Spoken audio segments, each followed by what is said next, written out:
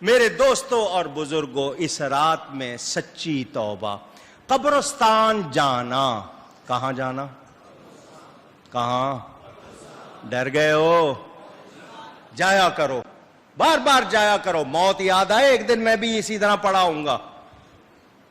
دنیا سے لگاؤ کم ہوگا، میں نے بھی یہاں آنا ہے۔ اور اس رات میں قبرستان، چونکہ نبی پاک صلی اللہ علیہ وسلم تشریف لے گئے، لوگ جاتے ہیں۔ میں جمعے میں پہلے بتا چکا، قبرستان جانے والے آداب کا خیال رکھیں۔ قبروں پر آپ لوگ جا کر گلاب کا عرق ڈال دو گے، کیوڑا ڈال دو گے، کیا فائدہ ہوگا قبر والے کو؟ پوچھ رہا ہوں، وہ گلاب کے عرق سے، کیوڑے سے قبر والے کو کیا فائدہ ہوگا؟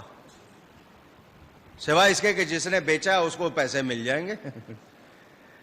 آپ کو ڈالنا ہے تازہ پھول ڈالیں، یا وہاں پر کوئی ٹہنی لگا دیں، جب تک وہ تازہ رہے گی، تسبیح پڑے گی، اس کا قبر والے کو فائدہ ہوگا۔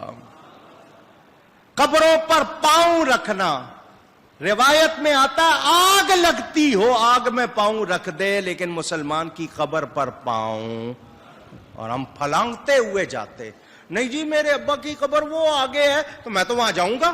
وہ 50 قبریں پھلانگ رہا ہے، بجائے ثواب ہونے کے اچھا خاصا گناہ لے رہا ہے۔ قبر پہ نہیں پہنچ سکے کیونکہ ترتیب سے نہیں بنے ہوئے، تو فاصلے پر دروازے کے پاس کھڑے ہو کے فاتحہ کر لو، اصل چیز ایصال ثواب ہے، وہ پہنچ جائے گا۔ یا ایسا طریقہ ہو کہ تم قبروں سے بچتے ہوئے گزرو۔ دوسرا، قبر پر اگر بتی، موم بتی، چراغ جلانے کی کوئی ضرورت، آگ نہیں جلاتے قبر پر، جلانا ہے کسی کنارے پہ روشنی کا انتظام، اور روشنی کا انتظام کرنا ہے تو کسی اندھیرے گھر میں روشنی کر کے اس کا ثواب اس کو بخش دو، کپڑے دے دو کسی غریب کو، کھانا کھلاؤ کسی کو۔ حلوہ بھی پکایا ہے تو حلوہ پکانا غلط نہیں ہے، مگر حلوہ غریبوں کو کھلاؤ۔ بھیجو گے تو اپنے آفیسر کے پاس، سسرال میں بیٹی کے، بس وہاں بھیجو گے، غریبوں کو نہیں کھلاؤ گے۔ اور یہ موقع ہے غریبوں کو کھلانے کے، ان کو کھلاؤ گے، ان کے دل سے دعا نکلے گی، وہی تو کام آئے گی۔